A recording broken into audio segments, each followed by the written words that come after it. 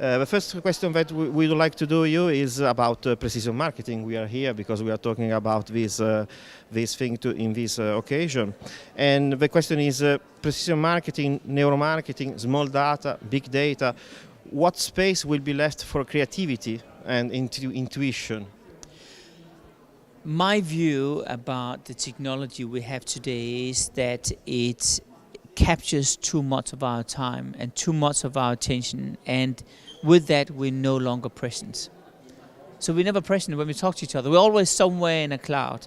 One of the strengths Elba as an island have is it's a place where you transition from the busy reality to a dream. And you are a dream. Elba is a dream. It maybe it's not for you when you work there and survive there, but for other people, particularly Italians, you are escaping to Elba and it becomes a regular summer holiday tradition. So in many ways, you're sitting on a gold mine of dreams. And when people are really busy, they need to escape from reality. So you are escapism. That's really what you are. And your escapism in a little perfume or in a smell dispenser. And I think in many ways, you are the answer for many people to get out of their busy lives and into another reality. You are the bridge. You're providing a bridge for people to move that way, if it makes sense. From the legal architecture of your childhood to architecture of complex systems and strategies which use big and small data as their building blocks. Is that a sign that constantly cultivating one's personal attitude is a guarantee of success? I think that I've been very lucky because I did not fit into what you learned in school. So when people talked about certain things in school, I always had a question and always an ability to see it from a completely different angle. I was very lucky when I was 11, 12 years old, I got a job at Lego, working in the R&D department. And later on, I started up my own advertising agency when I was 12, sold it to BBDO when I was 18. So I've always been very entrepreneurial. But the most important thing in my whole story is that the reason why Lego employed me was not because they were nice. It was because it was the first time ever they wanted to see the world from a consumer's point of view. So by employing a consumer, they literally would infuse a consumer mindset into the organization. And I was sort of a guinea pig in doing that. Since then, I've taken that with me in my DNA. So the fact that I'm talking about small data, which is really defined as seemingly insignificant observations I make in people's homes, is very, very old for me because I've always done it. I'm just introducing that mindset to organizations because they've completely forgotten about consumers. They've forgotten about the mindset of consumers and what they want. They're more busy dealing with themselves and bureaucracy. So for me, it's very natural. It sounds very technical. It's not. It's straightforward, yeah. The last question is about an advice that we ask to you as a company. What do you think about our future? We position ourselves as the essence, as the perform of the sea. Our payoff is the essence of the sea. So if you have some other advice for us to... Absolutely. So first of all, I've been to Elba. Yeah. And I enjoyed my visit very much. I sailed to Elba and I was there for a couple of days. The first thing you have to ask yourself is, if you should own one word, what would that one word be?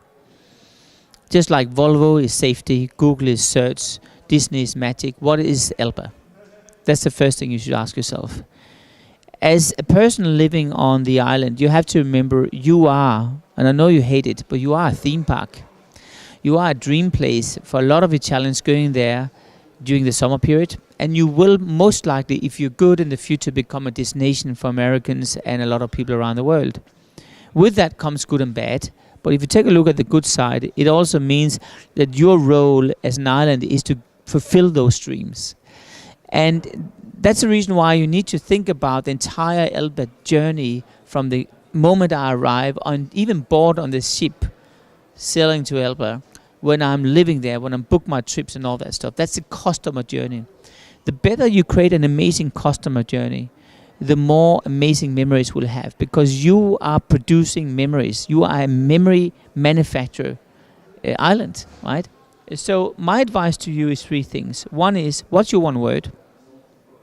Number two, how do you team up with tourism organizations, with Hollywood, with celebrities, and gain traffic to the island in such way that it becomes an aspirational place. And 3, if you want to break into other markets outside Italy, I would definitely reposition you as a brand. So we talked a little bit about Acqua dell'Elba is a fantastic term for people in Italy, but no one has an idea about what it means outside Italy.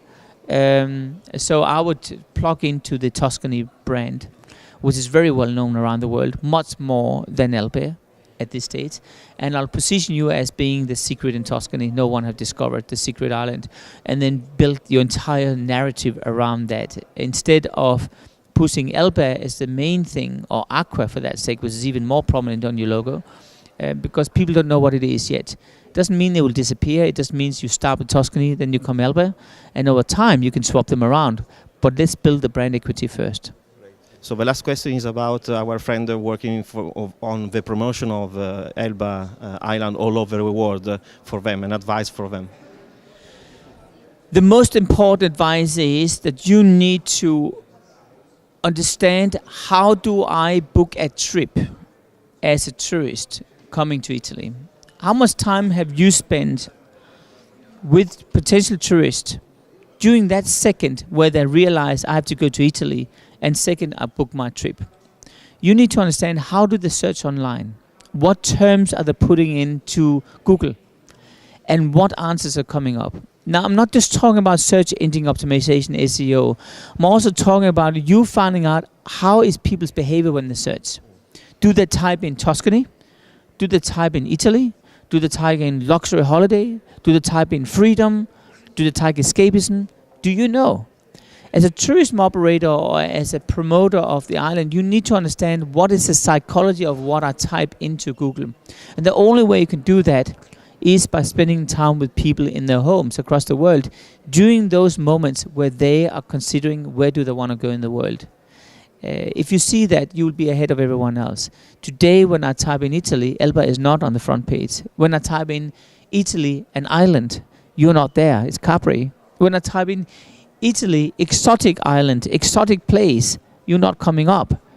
When I talk luxury, it's Como. When I talk about even more luxury, I talk about Portofino. What is it you want to be? What terms do you want to own online? And how do you link that together with Elba? That's the challenge you had to work with.